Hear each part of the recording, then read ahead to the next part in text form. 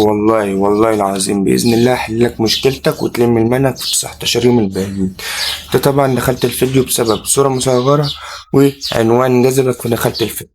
مبدئيا كده من غير كلام كتير ودش كتير وقوانين وحاجات كده، أنا نقسم لك 19 يوم تقسيمة محترمة بحيث تلم المنهج كله من أوله لآخره. أنا دلوقتي طالب داخل ما ذاكرتش حاجة في الفيزياء وامتحان العربي تقريبا 20 أو 21/6. تمام. النهاردة 2/6. تمام. أنا النهاردة قايم من النوم والدنيا متلخبطة معايا، شفت الفيديو ده بالصدفة ودخلت عليه. بص أقول لك التقسيمة من غير كلام كتير. أنت بص، مبدئيا كده ابدأ من النهاردة، من النهاردة، ما تقوليش ابدأ من بكرة ومن بعده. ابدأ من النهاردة. لو ما تعبتش دلوقتي مش هتلاقي بعدين، اتعب دلوقتي عشان تلاقي بعدين. أحسن ما تتعبش دلوقتي مش هتلاقي بعدين. فبص مبدئيا كده النهاردة يا عم، بص انت شايف الفيديو الظهر، شايف الفيديو بالليل، انا قلت حاجة خفيفة. عندك الفيزياء متقسمة إلى 4 فصول كهربية وأربعة حديثة، صح كده؟ يعني نص كهرباء ونص حديثة. كهربية تقيلة شوية، تقيلة شوية، إنما الحديثة خفيفة، يعني بص مش مستاهل. بص أنا دلوقتي طالب ما ذاكرتش حاجة في الفيزياء، داخل كده بص مش فاهم أي حاجة في الفيزياء، ما خدتش فيها دروس ولا أي حاجة. بص إن النهاردة 2/6. بص يا عم 2/6 ده قسم الفيزياء. يعني ايه قسم الفيزياء؟ ما قلتلكش ذاكر، ممكن انت تكون شفت الفيديو بالليل فمش هتعرف تذاكر. قسم الفيزياء يعني ايه قسم الفيزياء؟ بص هات ورقة واكتب فيها دروس او الفصول بتاعت الفيزياء كلها، فصل اول تاني تالت رابع كهربائي.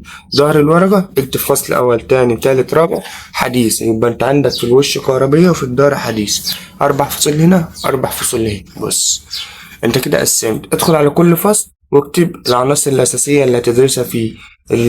مثلا فصل أول تيار كهرباء، مقاومة، فرق جهد، هكذا هكذا، تقسيم مقاومات، دوائر مغلقة، الفصل التاني، الفصل التالت، الفصل الرابع، هكذا. تمام. أنا كده ما عملتش حاجة، لا أنت كده قسمت المنهج. قسمت المنهج والعناصر الأساسية اللي فيها، ما تسيبش حاجة عشان ما تندمش بعدين. بص قسمت المنهج، قسمت المنهج، خلصت عملت الكلام ده في ساعة، في ساعتين. عملت الكلام ده في ساعتين، لسه طالب ما اعرفش حاجة في المنهج. بص بقى النهاردة اليوم مثلا اقول لك يا عم خد الفصل الخامس حديث، اهو حاجة سهلة اهي.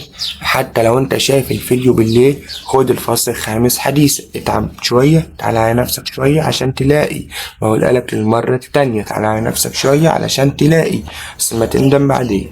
بص خد الفصل الأول حديث اللي هو الفصل الخامس من في المنهج عامة، وفصل سهل يعني. بص ادخل على اليوتيوب لو انت ما ذاكرتوش مش فاهم عنه اي حاجه، ادخل على اليوتيوب ابحث عن مدرس محترم يشرح لك الفصل ده، يا يشرحه لك في ساعه، ساعه ونص. خده الشرح، طالما دخل في دماغك فهمته هتقرا من الكتاب، سواء كتاب الامتحان او الكتاب اللي انت جايبه، هتقرا من الكتاب هتفهم كل جزئيه، بس افهم الشرح كويس. واهم حاجه حل مسائل. يعني انت النهارده هتقسم منهجك وتعمل ايه؟ تاخد الفصل الأول حديث اللي هو الفصل الخامس في المنهج، هتذاكره وتحل مسائل عليه.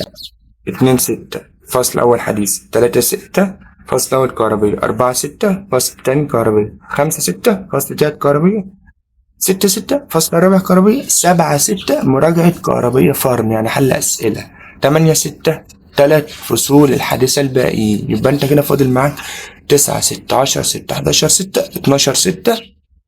ال4 أيام دولت هنراجع برضه فيهم، بس انت كده ايه، خد لحد 8/6 لميت منهج الفيزياء كلها. 9/6 حل أسئلة فرن وامتحانات شاملة، امتحانات وزارة، استرشاد، حل أسئلة فرن، عايزك تفرم نفسك فيه، والسؤال اللي تغلط فيه هيرجع للجزء بتاعته في الشهر وهتفهم. تبقى انت كده 9/6 حل مسائل برضه. 10/6 10/6 11/6 12/6 راجع المواد الباقية، ايه رأيك؟